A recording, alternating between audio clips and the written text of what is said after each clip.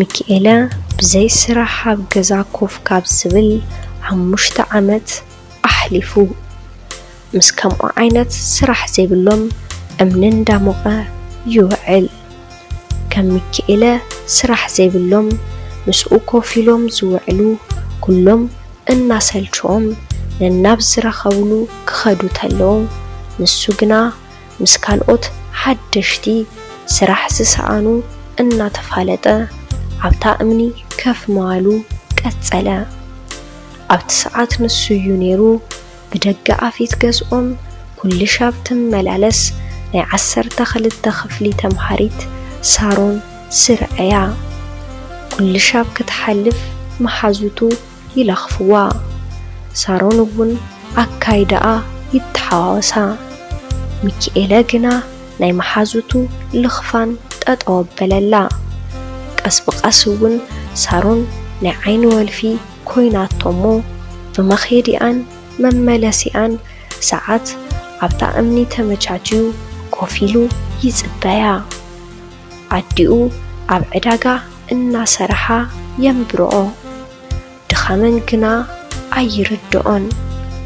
ናይቲ መንደር ዓበይቲ ሰባት ንደቅና ሕማቓት ይገብሮማሎ እናበሉ ወላ ተገላመጥዎ ሚካኤላ ግና ኣይግድሶን እቶም ሓደ ንደቆም ክብሉ ዝኾነ ስራሕ ደልዩ ንኽሰርሕ ብጣዕሚ ይመኽርዎ ሚካኤላ እሽሽ ኢሉ ይሓልፎም ሕዝውን ግና ልክዕ ምስ ወግሐ ኣብ ሓጹሮም ተጸጊዓ ዘላ እምኒ በብግዚኡ ምስ ሓደሽቲ ሰባት ኮፍ ኢሉ ይውዕል ዳሕራይ ግና ንሳሮን ምስ ኣፍቀራ ብዳንቢ ተመቻቸወሉ ብዘይ ስራሕን ብዘይ ትምህርቲ ኮፍ ምባሉ ምንም ክመስሉ ኣይከዓለን መዓልትታት ንሰሙናት ሰሙናት ነዋርሕ እናተኸዑ ትግዘኸዳ ንግሆ ብገዝኦም ቅድሚ ምሕላፋ ንሱ ኣብ ደገ ጠጠው ኢሉ ብየዒንቱ ተቐቢሉ ይፈንዋ መሊሱ እውን ትትምለሰሉ ሰዓት ተጸቢዩ መሊሱ ወፂኡ ይጽበያ ስርቕ ኣቢላ ርኤ ኣቢላቶ ተሓልፍ ሓደ ጊዜ ካብቲ ትምለሰሉ ሰዓት ክትዱንጊ ተላ ብሃንቀውታን ብስግኣትን ብዝተቐላቐለ ስምዒት ናብ መምጽኣኣ መንገዲ ዓይኑ ተኺሉ ይጽበያ ልክዕ ምስ ረአያ ዝተንጠልጠለ ልቡ ይዓርፈሉ ዋላ ሓደ መዓልቲ ግና ከዛርባ እንተይሞከረ 3 ዓመታት ተቆጸሩ 12 ክፍሊ ተላ ዝፈልጣ ሳሮን ኮሌጅ ኣትያ ክትምረቕ ቁሩብ ኣዋርሕ ቀሪዋ ሚካኤላ ግና ሕዝውን ከፍ ምስ በለዩ ብዙሕ ግዜ ከዛረባ ዋላ ተደልየ ብዙሕ ነገራት ናብ ድሕሪት ይጎቶ ትምህርቲ ኣይተማሃረን ስራሕ እውን የብሉን እዞም ነገራት ድማ ርእሰ ምትእምማን ኣጥፍኡሉ ብርእሰ ምትእምማኑ ካብ ዜሮ ዘድሐነሉ ነገር ተሓለወ ምልኩዕ ምዃኑ ሳሮን ግና ሚካኤላ ከም ዝረአየቶ ርግጸኛ ምዃኑ ክሳብ ዝዓብዮ ርኤ ኣቢላ ቅልጥፊላ የዒንታ ዓዚራ ሪኣቶ ትኸድ ከምዚ እናበለ 3 ዓመት ሙሉእ ብዓይኑ ክቕበላን ክፍንዋን ኣሕለፎ ሳሮን ኮሌጅ ተማሂራ ካብ ቆልዕነት ናብ ፈላጥነት ተሰጋገረት ሚካኤላ ተይሞቆ ተይቆረሮ ሕዝውን ኣብኡ ሰፈር እዩ ዘሎ ኣብቲ ተመረቐትሉ ሰሙናት ዘሎ ዘየለን ድፍረት ጌሩ እንኳዕ ደስ በለኪ ክብላ ደለየሞ ንዓርሱ ከዘጋጁ ጀመረ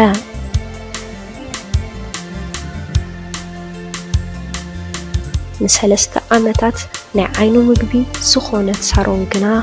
ኣጋጣሚ ጠፊኣ ብንግሆ ተሲኡ እውን ተጸበያ ክሰብ ምሸት እውን ኣምሽው ተጸበያ ሳሮን የላን ሚካኤላ ብኸምዚ መልክዕ መዓልትታት ብተስፋ ተጸበያ ሕዝውን የላን ብናታ ናፍቆት ክመውት በለ ናብ እንዳ ሳሮን ገዛ እናኸደ ኣብ መዓልቲ 3 ግዜ ግና ክሪ ኣይከኣለን ዳሕራይ ስለ ናይ ሳሮን ምሰጻርየ ስራሕ ረኺባ ናብ ካሊእ ዓዲ ምኻዳ ሰምዐ ብሓደ ግዜ ምድሪ ጸቢብዎ ን3 ዓመት ተቐመጠሉ እምኒ ኮርኩሕዎ ብሓደ ግዜ እውን ተስፋ ቆረጸ ኣብ መሬት ዘይዓለበ ኣብ ኣየር ዝነበረ ናይ ሳሮን ፍቕሪ ሃፍተይሉ ዝነብር ዝነበረ ሚካኤለ ናይ ጅቡኡ ጥሩሑ ምዃን ኣይተረድኦን ነይሩ ሕዚ ግና ብሓደ ግዜ ድኽነት ተሰሚዕዎ ድሕሪ መዓልትታት ግና ተስፋ ምቑራጹ ምስ በዝሖ ካብ ሽጋራ እውን ካብ ጫት መስተ ብሓደ ግዜ ጀመሮ ኣብቲ ሰዓት ሳሮን ልክዕ ምምራቓ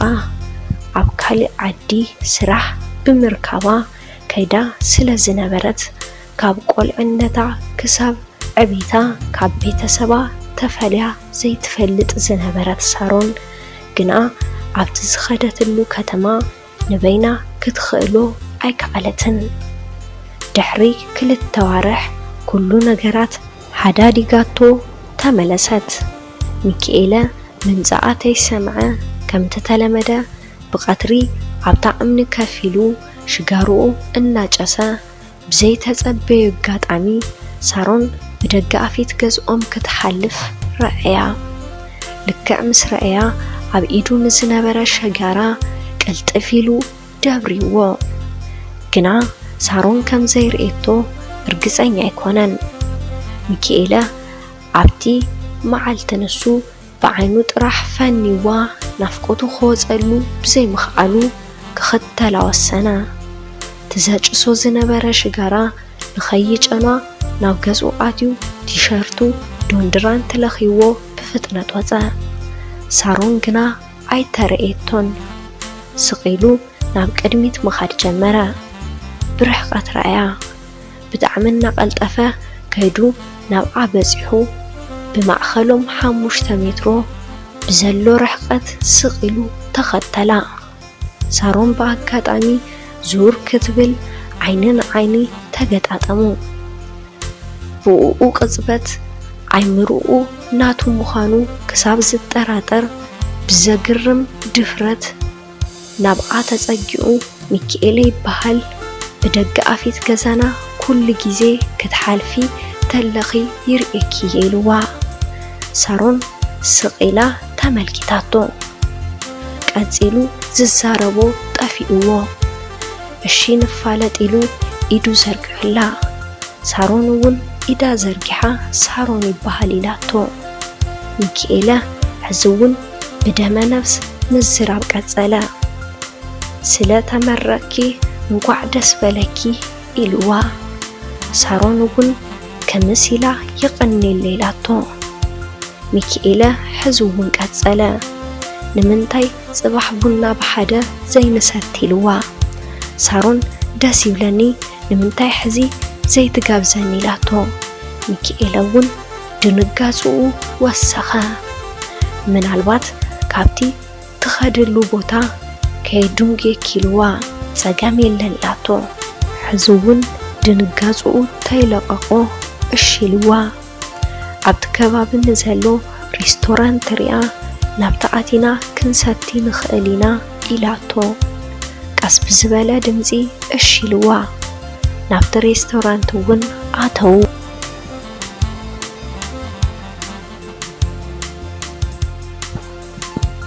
ምሳሕ ስለ ዘይበላዕኹ ምሳሕ ክትጋብዘኒ ይደልየ ኢላቶ ብቐጥታ ምንም ናቱ መልሲ ተይተጸበየት ኣብ ቅድሚታ ንዘሎ ሚነል ኢላ ምግቢ ምምራጽ ጀመረት ሚካኤለ ኣብ ጅቡኡ ዘላ 100 ዘይትመልእ ቅርሺ ክሓስብ ከሎ ክሓፍር ጀመረ ሞባይሉ እኳ ካትሕዝ ተበለ ንምትሓዝ ዝበቅዕ ሞባይል ኣይነበረን ሳሮን ዝመረጸቶ ምግቢ ነቲ መስተናገዲ ነገራቶ ሚካኤለ ምናልባት ኢሉ ናይቲ መግቢ ዋጋ ክርኢ ተሞከረ ተይተሳኽዐሉ ቀረየ ዝዛረቦ ጠፊእዎ ስቕ በለ ቀስ ብዝበለ ድምፂ እውን ከመይ ኣለኽኸ ኢልዋ ኣምላኽ ይመስገን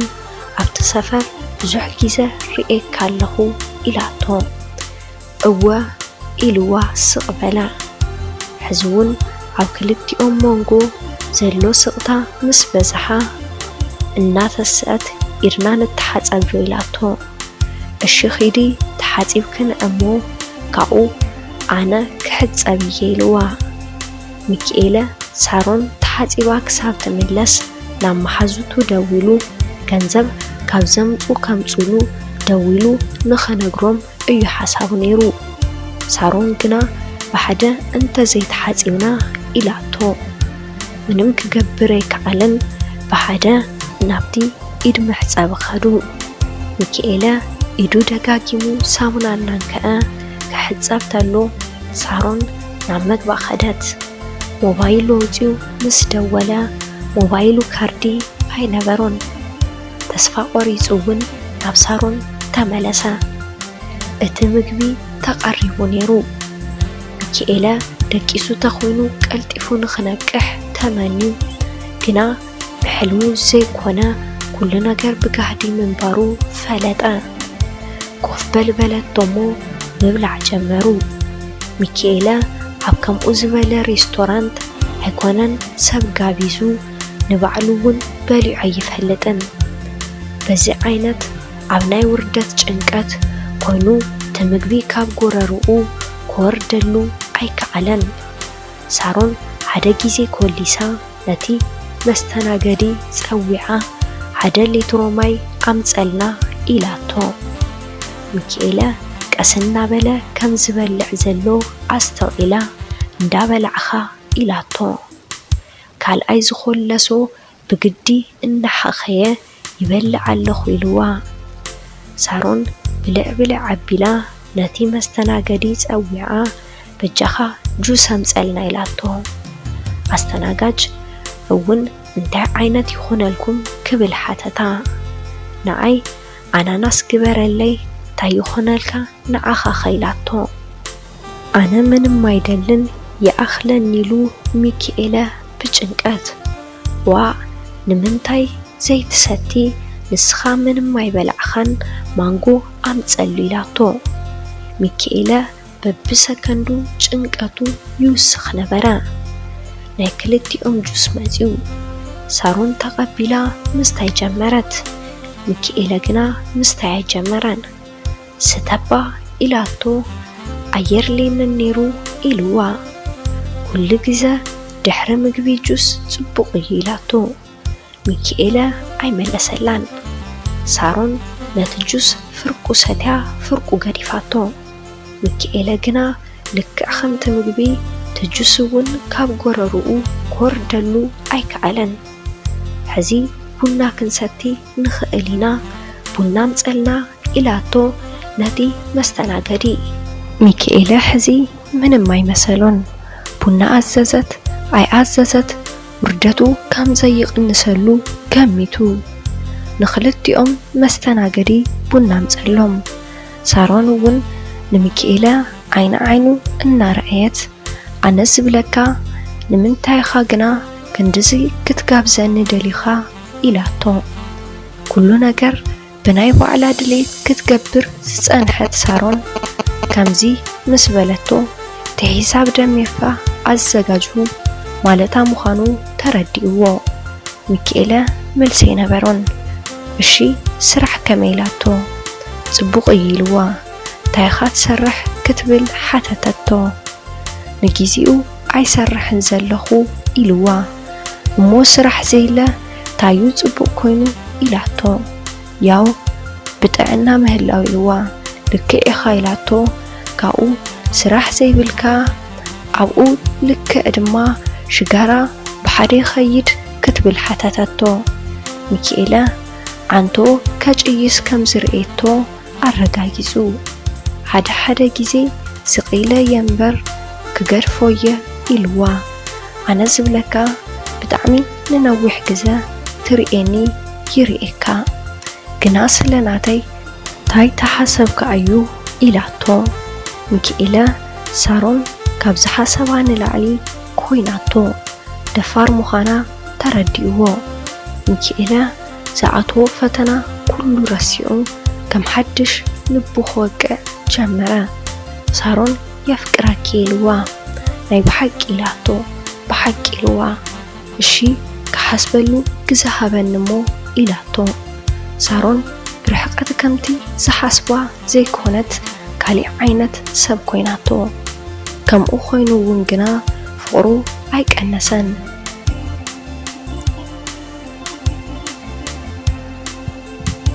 ነቲ መስተናገዲ ቅብሊት ንኸምፀሎም ብምልክት ነገረቶ ነቲ ቅብሊት ኣምፂኡ ኣብ ቅድሚቶም ኣመጠሎም ሳሮን እውን ንምኻድ እናተዘጋጀወት ንኺድወ ኢላቶ እሺ ምስ በላ ዝመፀ ቅብሊት ምርኣይ ፈሪሑ ሳሮን ቦርሳኣ ሒዛ ክፈሎሞ ንኺድ ኢላቶ ሚካኤለ ንስኺ ኺዲ ኣነብዚ ኮይነ መሓዙተይ ክጽበ ኢልዋ ሳሮን ኣትኪራ ሪኣቶ ክልተ ነገር ብሓደ ግዜ ተሰሚዕዋ ጥራሕ ጅቡእ ኮይኑ ሕዝውን ሓላፍነት ዝወስዶ ነገር ኣሕዚንዋ ብሓደ ገጹ ድማ እዚ ዝመስል መልክዕን ቁመናን ሒዙ 3 ዓመት ሙሉእ ኣብ እምኒ ከፍ ኢሉ ምሕላፉ ክትሓስቡ ተላ ኣብ ምንዳዳ ሓሊፉ ደማ ኣፍሊሕዎ ሚኪ ኢላቶ ኣቤት ኢልዋ ብሓቂ ተፍቅረኒ ኢላቶ ከም ህፃን ቆልዓ ባይታ ባይታ እናጠመተ እወ ብጣዕሚ ይፍቅረኪ ኢልዋ በል ተፍቅረኒ እንተኮንካ ሰሪሕካ ተለዊጥካ ኣርኤኒ ኢላቶ ሓደ መዓልቲ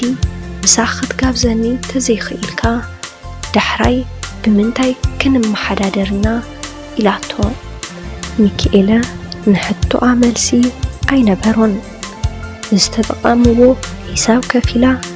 ብሓቂ ተፍቅረኒ ተኮንካ ካብ ጽባሕ ጀሚርካ ከፊልካ ከይርኢካ ኢላቶ ተለዊጥካ ኣርኤኒ በለቶ ሚካኤለ ርእሱ ብምንቕናቕ እሺ ኢልዋ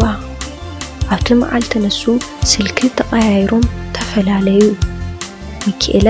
ካብታ መዓልቲ ንሳ ጀሚሩ እንታይ ክሰርሕ ኢሉ ክሓስብ ተሎ ምንም ሓሳብ ክመፀሉ ኣይከዓለን ሳሮን ክራኽባ ተኾይኑ ንሳ ከም ዝበለቶ ዓርሱ ተለዊጡ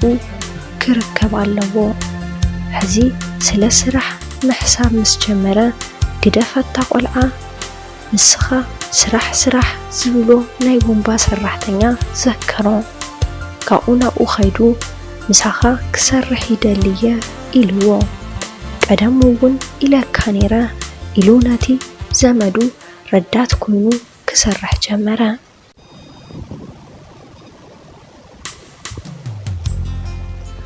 ኣብቲ ከተማ ዘሎ ገዛታት ናኸዱ ናይ ማይ መስመራት ክዝርግሑ ጀመሩ ተዘመዱ ብጣዕሚ ጎበዝ ብምዃኑ ብቆፀሮ ብዘይ ዕረፍቲ ይሰርሕ ሚካኤለ ምስ ዘመዱ ብሓደ ምስራሕ ካብ 7 ወርሒ ንላዕሊ እቲ ስራሕ ንምልማድ ግዜ ወሰደሉን ሚካኤለ ስራሕ ብምእታው ጥራሕ ኣዲኡ መጽባዓ ኣቴንየን ሚካኤለ ንበይኑ እናኸደ ክሰርሕ ከኣለ ብሓደ ዓመት ውሽጢ ልክዕ ከምቲ ዘመዱ ተደልዩ ዝርከብ በዓል ሞያ ኾነ ጽባሕ ምሳሮን ንዝነብሮ ህይወት ኢሉ ገንዘብ ይቁጥብ ምሳሮን ግና ይደዋወሉ ደኣንበር ኣይራኸቡን ነበሩ ጽባሕ ንራኸብ ይብላ ንሳ ግና ጽባሕ ሎሚ እናበለት ኣይትረኽቦን ሓደ መዓልቲ ሚካኤለ ናይ ሓደ ገዛ ሻወር ከዕሪ ስራሕ ተጸዊዑ ኸደ ናይቲ በዓል ገዛ ጓሉ ብርክታዊት ጠጠው ኢላ ትሪኦ ተማይና ፈሰሰ ናብ መደቀስየ ይመጽእ ኢላቶ ሰሪሑ ክሳብ ዝውድእ ብርክታዊት ሓደ ነገር ናሓተተቶ ንሱውን ናመለሰላ ጸንሑ ሚካኤለ ስርሑ ሰሪሑ ምስ ወድአ ኣጋጣሚ መሊሱ ተተበላሽላ ስልኩ ቁጽርኻ ሃበኒ ኢላቶ ስልኩ ቁጽሩ ምሰቡኣ ከም ዘሎ ወላ ተፈለጠ እሺሉ ሂብዋ ስርሑ ወዲኡ ኸደ ሚካኤለ ንሳሮን ይድውለላ ንኽብርትዕ ሕዝውን ተነግሮ ሓደ መዓልቲ ዋላ ዘይንራኸብ ክብላተሎ ኣነኮ ስራሕ ስለ ዝበዝሐኒ እዩ እምበር ንዓኻ ምርካብ ጸሊእ ኣይኮንኩን ትብሎ ኣብ ቀረባ እዋን ተራኺብና ክንዘራረብ ይደልየ ኢልዋ ሳሮን እሺ ኢላቶ ሚካኤለ መዓስ ንክራኸብ ክንዘራረብ ኢልዋ ሳሮን ባዕለይ ክድውለልካየ ኢላቶ ሚካኤለ እሺ ኢልዋ ብርክታዊት ድማ ሓላሓሊፋ ትድውለሉ ጀመረት ሓደ መዓልቲ ብርክታዊት ደዊላ ድራር ጋብዘኒ ኢላቶ እሺ ክጋብዘክየ ኢልዋ መዓስ ትጋብዘኒ ኢላ ኣጥቢቓ ሓዘቶ ጽባሕ ኢልዋ ተራኸቡ ሓደ እናዋግዑ ጸኒሖም ኣብ መወዳእታ ሓላሓሊፉ ከምዚ ተንራኸብ ደስ ይብለኒ ኢላቶ እሺ ጸገም የለን ኢልዋ ሳሮን ግና ክድውለልካየ ኢላ ዘይደወለትሉ ቀረየት ደወለላ ይቅርታ ቁሩ ስራሕ በዚሕንዩ ዘይደወልኩልካ ኢላቶ ሚካኤለ ሕዝውና ኸፍኦ እሺ ኢልዋ ሳሮን ካብ ዘፍቅዳ 4 ዓመት ኣሕሊፉ ሕዝውን ብዘይንሳ ትርኤዮ ጓል የላን ተለዊጥካ ኣርኤኒ ካብ ትብሎ ጀሚሩ ኣብ መንገዲ ብኣጋጣሚ ተዘይኾይኑ ተቆጻጺሮም ተራኺቦም ኣይፈልጡን ብርክታዊት ንኻልኣይ ግዘ ንራኸብ ኢላቶ ምኽንያት ፈጢሩ ካልእ ግዘ ከም ዝራኸቡ ነገራ ሳሮን ስልኪ ክድውለላ ተሎ ኣብ ቀረባ እዋን ንራኸቢና ትብሎ ሚካኤለ ክጠራጠራ ጀመረ ንሓደ ናይ ልቢ መሓዝኡ ኣማኸሮ ሓወይ ኣብዚ ዓለም እዚ ከም ዘይተፍቅረካ ጓል ቢዚ የለን ክረኽበኪ ክትብላ ተለኻ ስራሕ ይበዝሐኒዩ ቴላትካ ጠርጥር ኢልዎ ጥርጣሪኡ ኣብ ዕሰሉ ተኸታቲልዋ ኩነታታ ክርዳእ ደልየ ሓደ መዓልቲ ኣጋምሸት ናይ ስራሕ ኣቑሑቱ ሒዙ ናብ ስራሕ ምስ ወፀ ብደገ ኣፊቶም ክትሓልፍ ረኣያ ዝኸደሉ ስራሕ ሓዲጉ ብፍጥነት ናብ ገዛ ኣተወ ኣቑሑቱ ቀሚጡ ግዳውንቱ ቀይሩ በዓል ቆቢዕ ጃኬት ጸሊም መነጽር ገይሩ ተኸተላ ብዙሕ ተይረሓቐት ናብ ዓበፀሐ ናብ ታክሲ ኣትያ ኣብ ድሕሪት ከፍ በለት ሚካኤለ እውን ኣብ ቅድሚት ወንበር ከፈለ ቁሩ ምስ ከደት ወራጅላ ሳሮን ወረደት ሚካኤለ ተኸቲልዋ ወረደ ናብ ሓደ ካፌ ኣተወት ሚካኤለ ሕዝውን ቁሩ ርሕቕ ኢሉ ይከታተላሎ ናብ ውሽጢ ኣትያ ስልካ ኣውፅያ ደወለት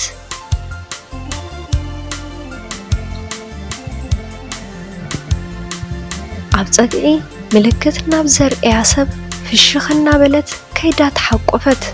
ኣብ ክሳዳ ኣትዩ ኣጥብቕ ኣቢሉ ሰዓማ ኣጻብዕቶም ኣቆላሊፎም ከይዶም ኮፈሉ ሚካኤለ እዚ ምስ ረአየ ንብዓቱ ቀደሞ ሳሮን ተይርኤቶ ብዝመጸሉ ናብ ገዝኡ ተመለሰ ሳሮን ናይ ካልእ ኾይና ካብ ዝሪኣ ሞቱ ተመነየ ናይ 4 ዓመት ናይ ተስፋ ጉዕዞኡ ኣብ ሓደ መዓልቲ ጸልመተ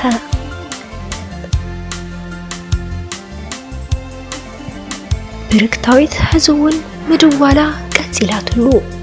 ንሳሮን ብኸምኡ ኩነታት ካብ ዝሪኣ ምስ ማንም ናይ ምዝራብ ድሌቱ ሞይቱ እዩ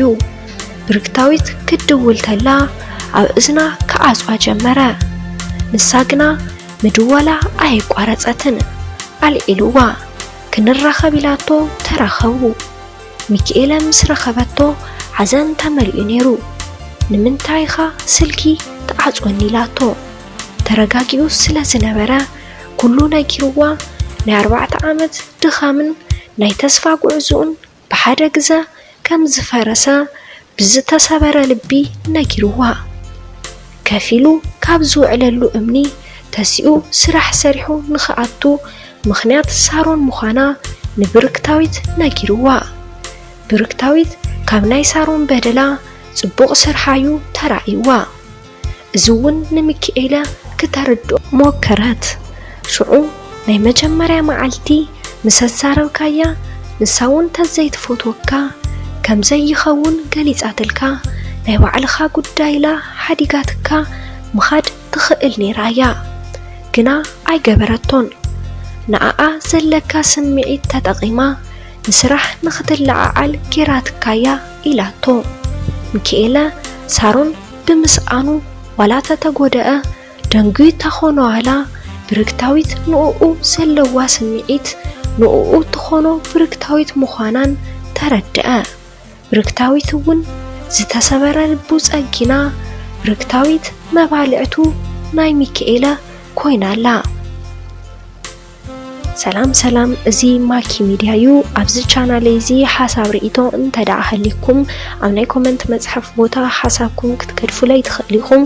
እዚ ቻናል ሓደሽቲ እንድሕር ዳኺንኩም ሳብስክራይብ ገርዎ ላይክ ሼር ከይትርስዕዎ ሰሰናይ ንዓኹም